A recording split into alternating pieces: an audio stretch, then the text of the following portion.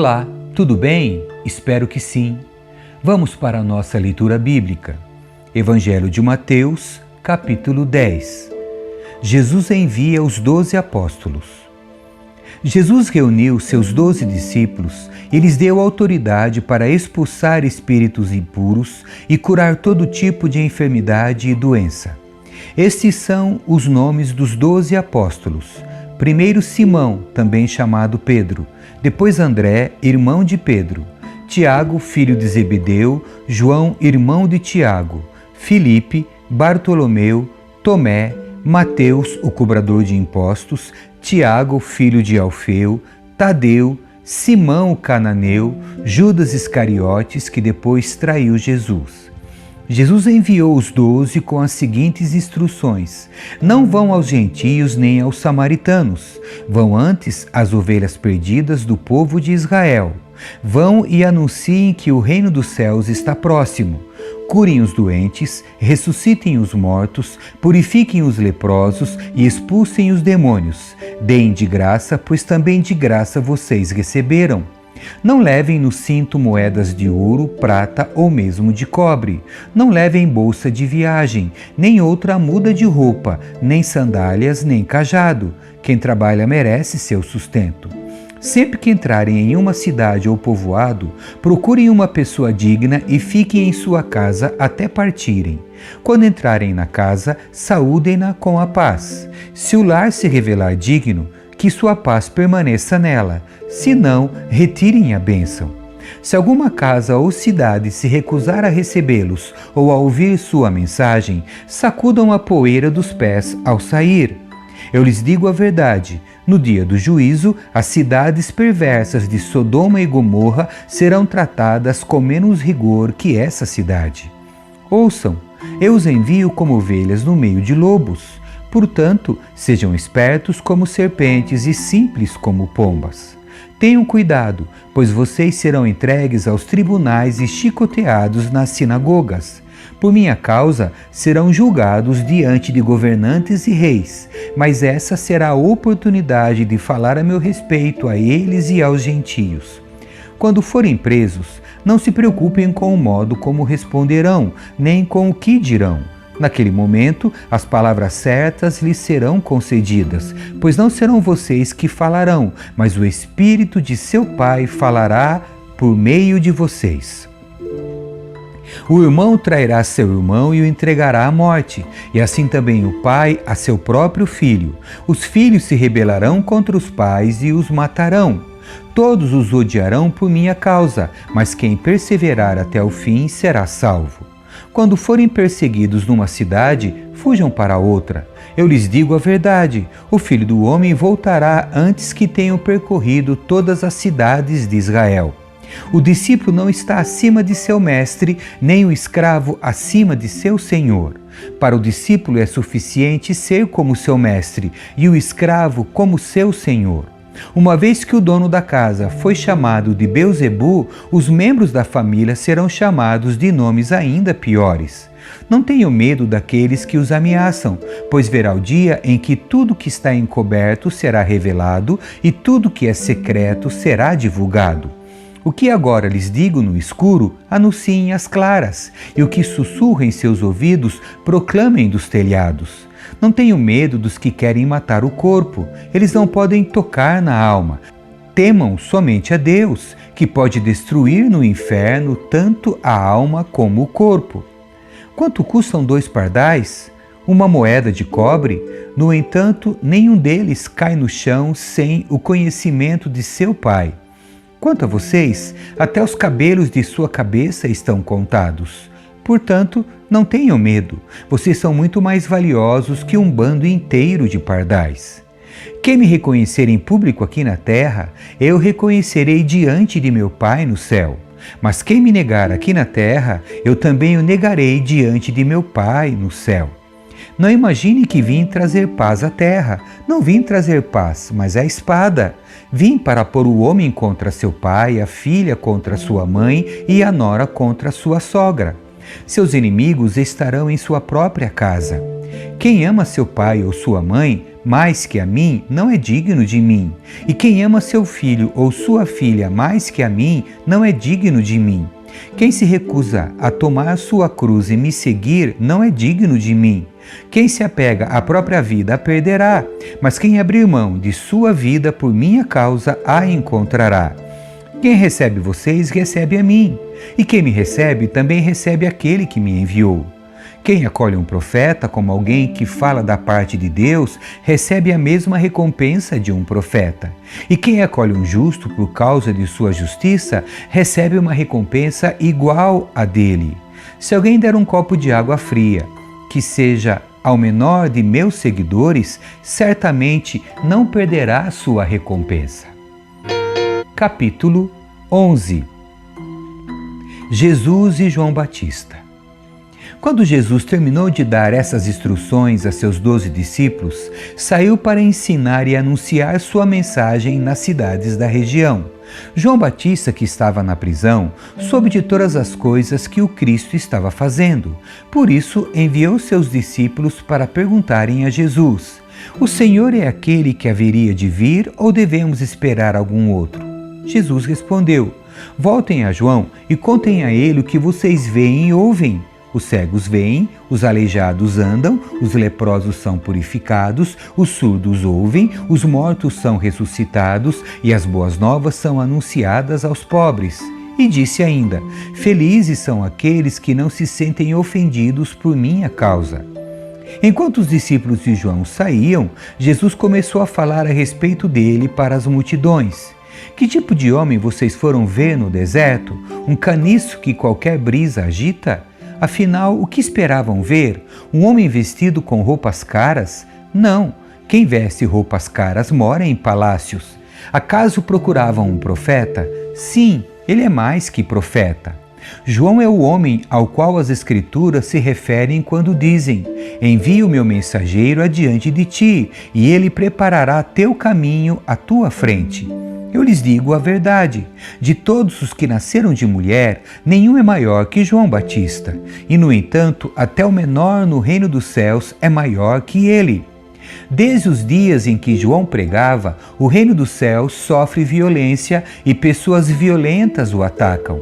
Pois antes de João vir, todos os profetas e a lei de Moisés falavam dos dias de João com grande expectativa.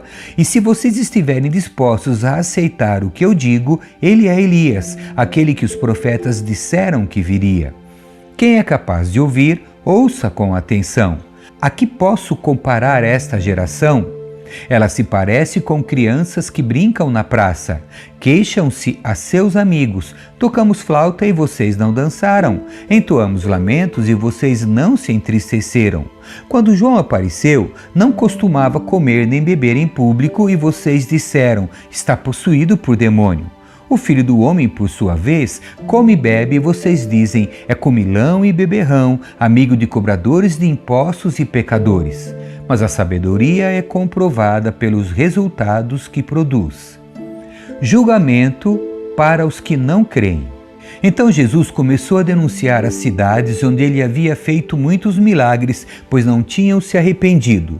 Que aflição a espera Corazim e Betsaida, porque se nas cidades de Tiro e Sidom tivessem sido realizados os milagres que realizei em vocês, há muito tempo seus habitantes teriam se arrependido e demonstrado isso vestindo panos de saco e jogando cinzas sobre a cabeça. Eu lhes digo que, no dia do juízo, Tiro e Sidom serão tratadas com menos rigor que vocês. E você, Cafarnaum, será elevada até o céu? Não, descerá até o lugar dos mortos. Porque se na cidade de Sodoma tivessem sido realizados os milagres que realizei em você, ela estaria de pé ainda hoje. Eu lhe digo que, no dia do juízo, Sodoma será tratada com menos rigor que você. Jesus agradece ao Pai. Naquela ocasião, Jesus orou da seguinte maneira: Pai, Senhor dos céus e da terra, eu te agradeço porque escondeste essas coisas dos que se consideram sábios e instruídos e as revelaste aos que são como crianças. Sim, Pai, foi do teu agrado fazê-lo assim. Meu Pai me confiou todas as coisas.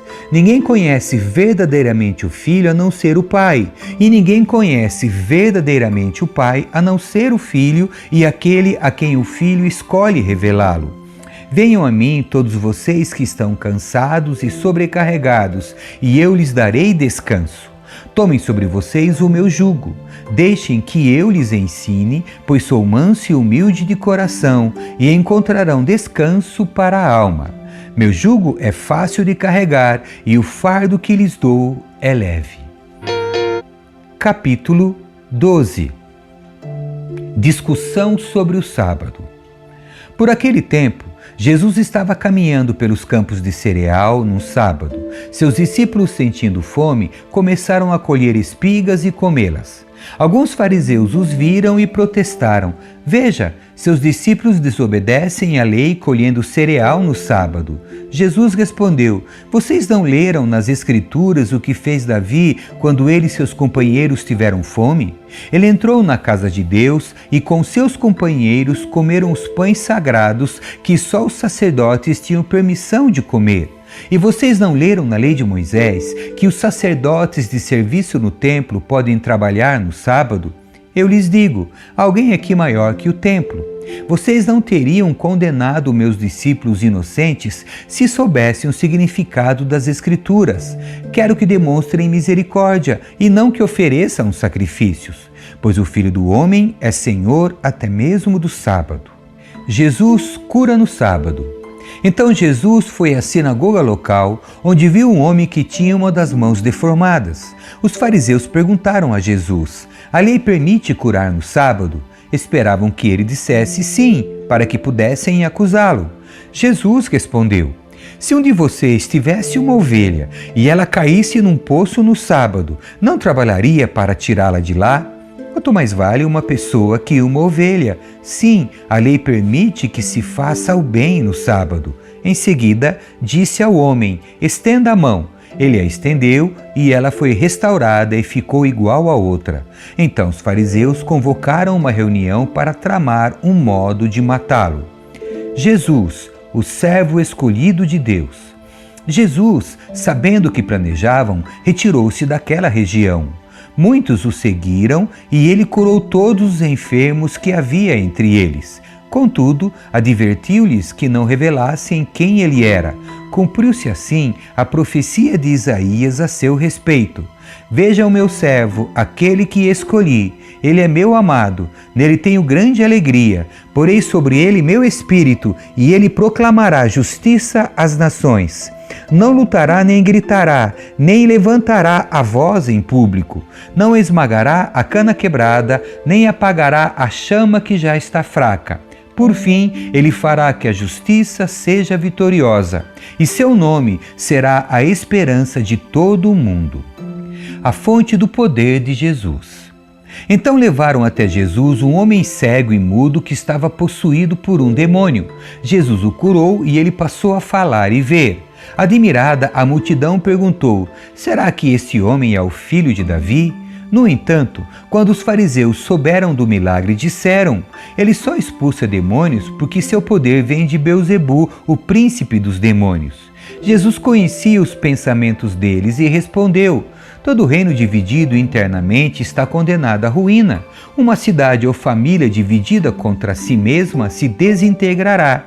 Se Satanás expulsa Satanás, está dividido e luta contra si mesmo, seu reino não sobreviverá. Se eu expulso demônios pelo poder de Beelzebu, o que dizer de seus discípulos? Eles também expulsam demônios, de modo que condenarão vocês pelo que acabaram de dizer.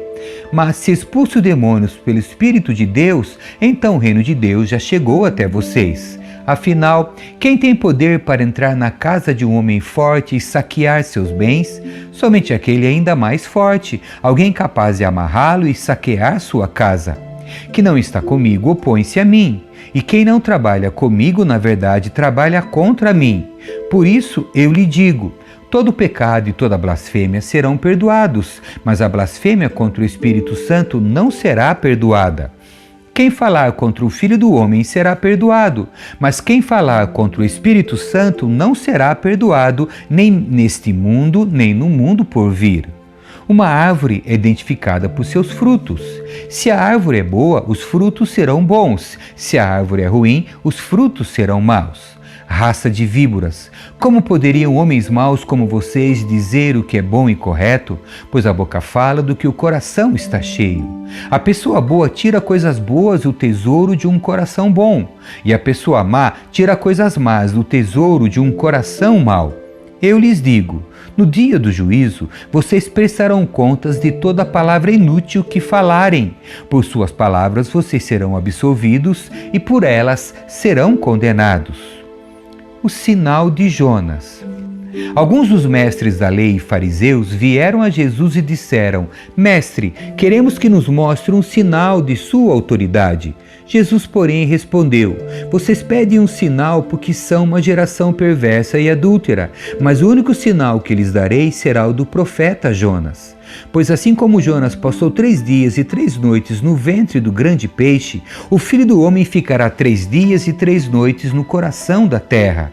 No dia do juízo, os habitantes de Nínive se levantarão contra esta geração e a condenarão, pois eles se arrependeram de seus pecados quando ouviram a mensagem anunciada por Jonas, e vocês têm à sua frente alguém maior que Jonas. A rainha de Sabá também se levantará contra esta geração no dia do juízo e a condenará, pois vem de uma terra distante para ouvir a sabedoria de Salomão, e vocês têm à sua frente alguém maior que Salomão. Quando um espírito impuro deixa uma pessoa, anda por lugares secos à procura de descanso, mas não o encontra. Então diz: Voltarei à casa da qual saí. Ele volta para sua antiga casa e a encontra vazia, varrida e arrumada. Então o espírito busca outros 7 espíritos piores que ele, e todos entram na pessoa e passam a morar nela, e a pessoa fica pior que antes. Assim acontecerá com esta geração perversa. A verdadeira família de Jesus. Enquanto Jesus falava à multidão, sua mãe e seus irmãos estavam do lado de fora pedindo para falar com ele. Alguém disse a Jesus: Sua mãe e seus irmãos estão lá fora e querem falar com o Senhor. Jesus respondeu: Quem é minha mãe? Quem são meus irmãos? Então apontou para seus discípulos e disse: Vejam, estes são minha mãe e meus irmãos. Quem faz a vontade de meu Pai no céu é meu irmão, minha irmã e minha mãe. Amém. Deus abençoe sua leitura. Tchau.